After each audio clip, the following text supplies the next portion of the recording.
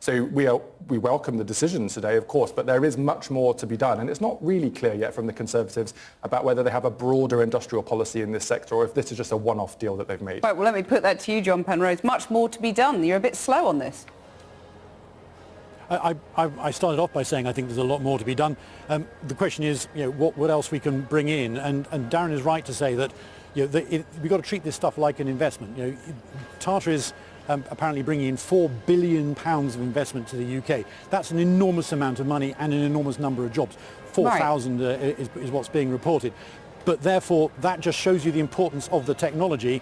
This must be step one on a much, much longer journey. We need more factories like this. Absolutely right. And what about onshore wind farms? Because your leader seems to be reluctant to end the ban on onshore wind farms. Do you urge him to overcome that reluctance? So I've long been of the opinion that you should only have onshore wind if you have the local community wanting it and agreeing that it's a good thing for them in their area. You can't have it being imposed from on high, and I think that Rishi is quite right. So, sorry, I didn't hear. You should be leading that debate. At the moment, public support for wind farms is ahead of the politicians. Well, so in fact, there's a group of us who are arguing precisely that. I'm one of the people who's been making this case.